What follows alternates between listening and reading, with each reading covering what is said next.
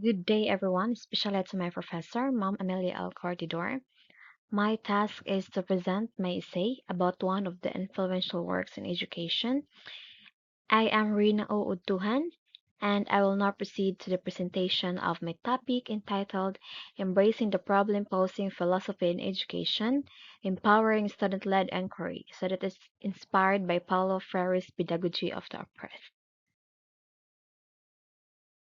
Paulo Freire's influential works in education is to introduce the critical pedagogy that advocates the problem-posing philosophy in education.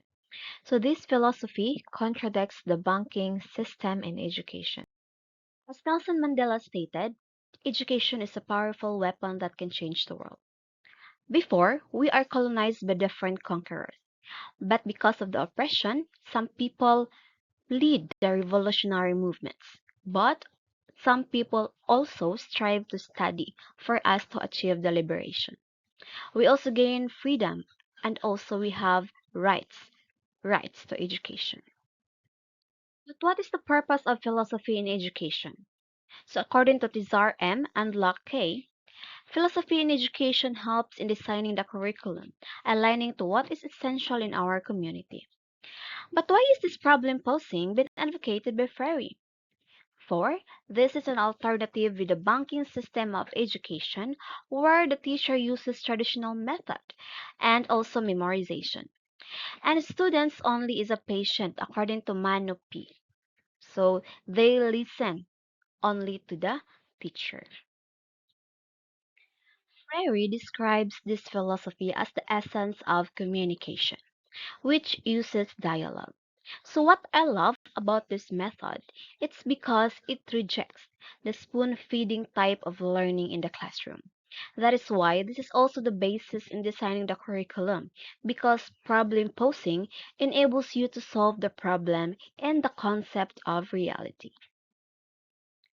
So here are some highlights of the characteristic of this method according to Mano 2003. So I have to summarize. So at first, both of them are involved in the reality. The teacher and the students exchanges ideas through dialogues, which enhance also their communication skills. They will make a strong bond with each other, and it is very romantic because they can see love, patience, and cooperation between the teacher and the student. This philosophy also encourages the higher order thinking skills, which enables to use their critical thinking in solving problems. They also have to evaluate and reflect. And also they are actively engaging. It means that they have an interaction that provides meaningful learning. In this philosophy also of education, there is a lifelong grasp of learning. So for example, in identifying parts of a computer, you have to send them in a computer rooms for them to identify the parts of the computer. So in this experience, they will have to learn and the learning is experiential. So they can use it in the future and they will not forget it. So this philosophy also sets aside the belief that only the teacher is all-knowing. So according to Freire, teacher becomes the student and the student becomes the teacher. So it is vice versa.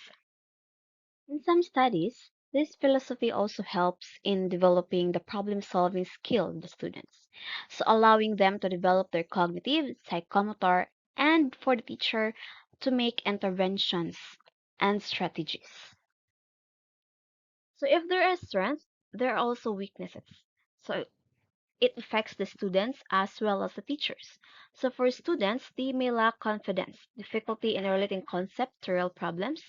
For the teacher, they also having difficulty in finding proper contextual basis for the word problems and evaluating outputs, and also lacking time of covering all the competencies.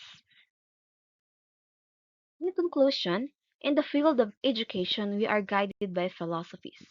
Bear in mind that during the teaching and learning process, it should be the learner centered. Let them think, reflect, and possess skills needed in this century for them to grow and develop. So, Paulo Freire's philosophy makes a huge difference in our approach to education. So, that would be all, and thank you.